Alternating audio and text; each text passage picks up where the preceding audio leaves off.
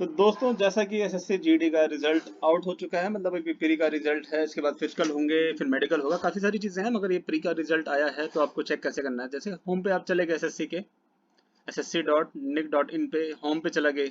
अब होम से अगर आप आ जाएंगे रिजल्ट, ये ऊपर जो मेंशन है रिजल्ट, तो हमने रिजल्ट खोल के बैठे हैं।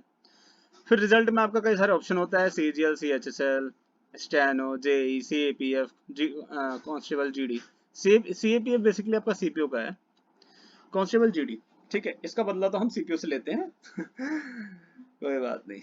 तो हम बात कर लेते हैं। देखिए इसमें राइटअप होता है बेसिकली दो, अभी जो रिसेंटली रिजल्ट आया है, आज ही आया है, तो इसमें दो राइटअप है, एक फीमेल्स का है, एक मेल्स का है। ठीक है, राइटअप बेसिकली आपको ये बताता है कि आपकी कट ऑफ कितनी जा रही है, और रिजल्ट ये बताता है उसमें आपके नाम्स, मतलब आपके रोल नंबर और नाम्स होते हैं। ठीक है, तो हमने कुछ, ये एक नाम वाली लिस्ट है, तो एक बंदे का मैंने चेक कर रहा था, तो ये सारा आपको मेंशन है, इसमें रोल नंबर है, इसमें नाम है, एक मेल का लिस्ट है, एक फीमेल का, ऐसा लिस्ट मिलेगा। ठीक है, इसे हम कहते हैं रिजल्ट वाली लिस्ट। ठीक है, और एक राइटअप होता है। राइटअप बेसिकली इसमें मार्क्स होते हैं।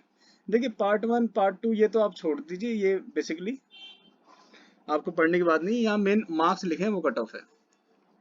अब बाकी पार्ट ए पार्ट बी इसमें मेंशन होता है, तो वो भी देखना चाहेंगे तो आप देख सकते हैं, ऐसी कोई बात नहीं है। और जिन लोगों का क्लियर हुआ है दोस्तों, आप सभी अपनी फिजिकल की तैयारी करते रहें। फिजिकल के साथ साथ आप और भी चीजें ध्यान दें कि मतलब आपको एसएससी के और भी पेपर हैं, उसमें आपको उसमें क्लियर करें। और इसका प्रमोशन थोड़ा स्लो है। देखिए जाहिर सी बात है, डिपार्टमेंट में मैं हूँ तो मुझे पता है। मैं जब अपने आस पड़ोस में देखता हूँ तो बहुत सी चीजें मतलब नोटिस करता हूँ। देखिए लाइफ में सिर्फ आप एक पोस्ट लेके बैठ गए, अगर आपने कहीं भी बाहर का नहीं पता करा तो आप फिर वो बेकार वाली बात कर रहे हो। मैंने प्रमोशन देखा है कई बंदों का, इनका जो रिटायरमेंट होता है वो सिर्फ हेड कांस्टेबल बन पाते हैं, ये एएसआई बन पाते हैं, एसआई तक बन जाते हैं। तो प्रमोशन स्लो है, और 15-15 साल का एक प्रमोशन है। तो इससे अच्छा है आप लोग सीपीओ की भी तैयारी करें भाई। जब आपने इतनी मेहनत करी है, एक एसएससी जीडी का पेपर निकाला है, तो आप सीपीओ का भी निकाल सकते हैं। सीपीओ में एसआई रैंक मिलेगा, और 15 साल बाद आप एक असिस्टेंट कमांडेंट बन जाओगे, आईआरएस मतलब यूपीएससी कैडर के बराबर आपका एक कैडर हो जाएगा। आपका रुतबा होगा, आपके पास गाड़ी होगी, आपके पास अपने पर्सन होंगे। जितना सरकार एक यूपीएससी कैंडिडेट के ऊपर खर्चा करती है, उतना आपके ऊपर भी खर्चा होगा। तो ये मोटिवेशन के लिए बता रहा हूँ दोस्तों, ये तो चीजें छोटी मोटी चीजें आती रहती हैं लाइफ में ये। और सीखने को मतलब देखिए छोटी मोटी इसलिए कह रहा हूँ, क्योंकि जब भाई मेरा मेडिकल हुआ, जिस चीज पे इन्होंने निकाला उसी चीज में मैं एसएससी सीपीओ में क्वालिफाई हुआ। मतलब मेडिकल किस हिसाब से करा, कोई किसी चीज की गारंटी नहीं। ठीक है, भगवान ने मेडिकल आउट करा, बढ़िया है, वहां से हमें अब सिविल पोस्ट मिली है। सिविल पोस्ट के अलग मजे होते हैं, लाइफ के अलग ही सुकून है सिविल पोस्ट में। तो आप सभी ये सारी चीजें देख सकते हो। इसमें कई सारे लिखा है एरिया, एरिया में जी लिखा है, जी मतलब नॉर्मल ग्राउंड, एन मतलब होता है नक्सल, और एक बी है मतलब बॉर्डर। तीन तीन तीन ग्राउंड पर आपको क्या मिलता है यहाँ पर, रिजर्वेशन मिलता है अलग।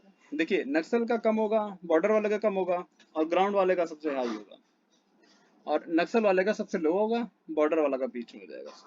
ठीक है, तो ये आपका जो मार्क्स होता है पार्ट ए, तो ये क्लैरिफाई कर देते हैं, एक बार हम चेक कर लेते हैं। तो आप सभी लोग दोस्तों फिजिकल की तैयारी करें। आपको अगर कोई भी दिक्कत आती है आप पूछ सकते हैं। और इसमें कुछ मार्क्स दे रखा है, एनसीसी वालों को मार्क्स मिले हैं 5, 3, 2। एनसीसी अगर जिसके पास सी सर्टिफिकेट है उसको 5 मिलेंगे, बी है 3 मिलेंगे, ए है 2 मिलेंगे। मतलब बढ़िया चीज़ है आप सभी के लिए।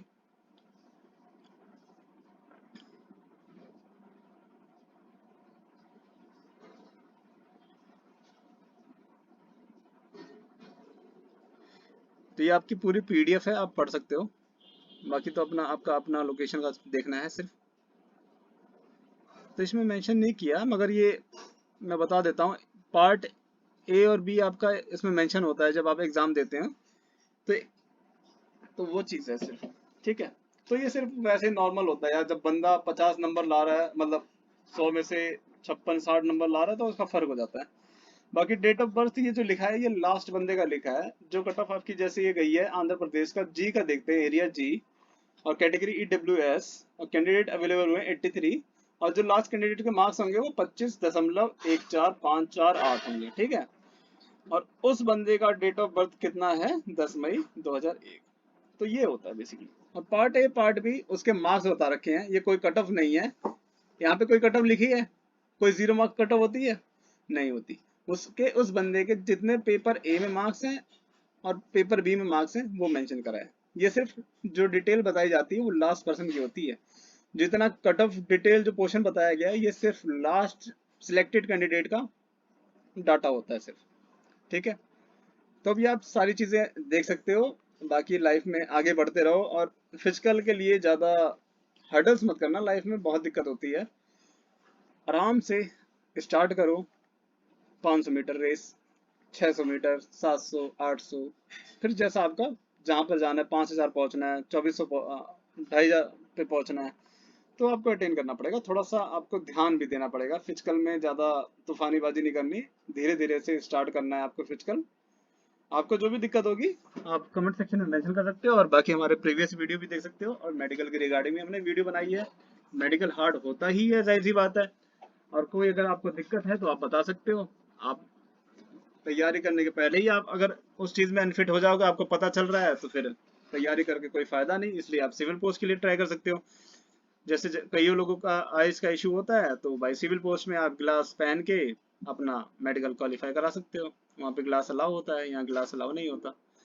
तो कई सारी चीज़ें हैं जो आपको प्रॉपरली समझनी पड़ेगी। और देखिए, चीज़ों को कॉम्प्रोमाइज़ भी करना पड़ता है। अब आप कहो कि मैं लेंस लगवा लूँ, मैं कुछ करवा लूँ, ये वो, मैं टैटू हटवा लूँ, मैं सिलेक्शन सिलेक्शन तो हो ही जाएगा। अगर वो डिटेक्ट नहीं कर पाएंगे आपका सिलेक्शन है, आपको मना कौन कर रहा है, सिलेक्शन नहीं होगा।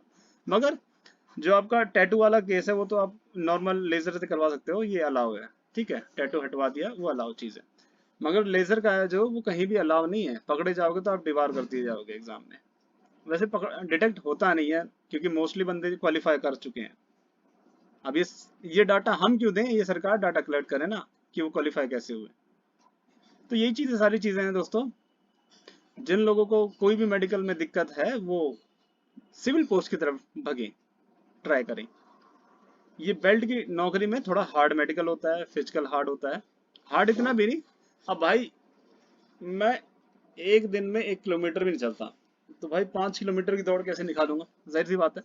आपको फिजिकली एक्टिविटी मेंटेन करके चलनी पड़ेगी। कई सारी चीज होती है, आपको खाना पीना, डाइट। अब भाग दौड़ की नौकरी में अगर आप प्रोटीन डाइट नहीं लोगे तो क्या फायदा।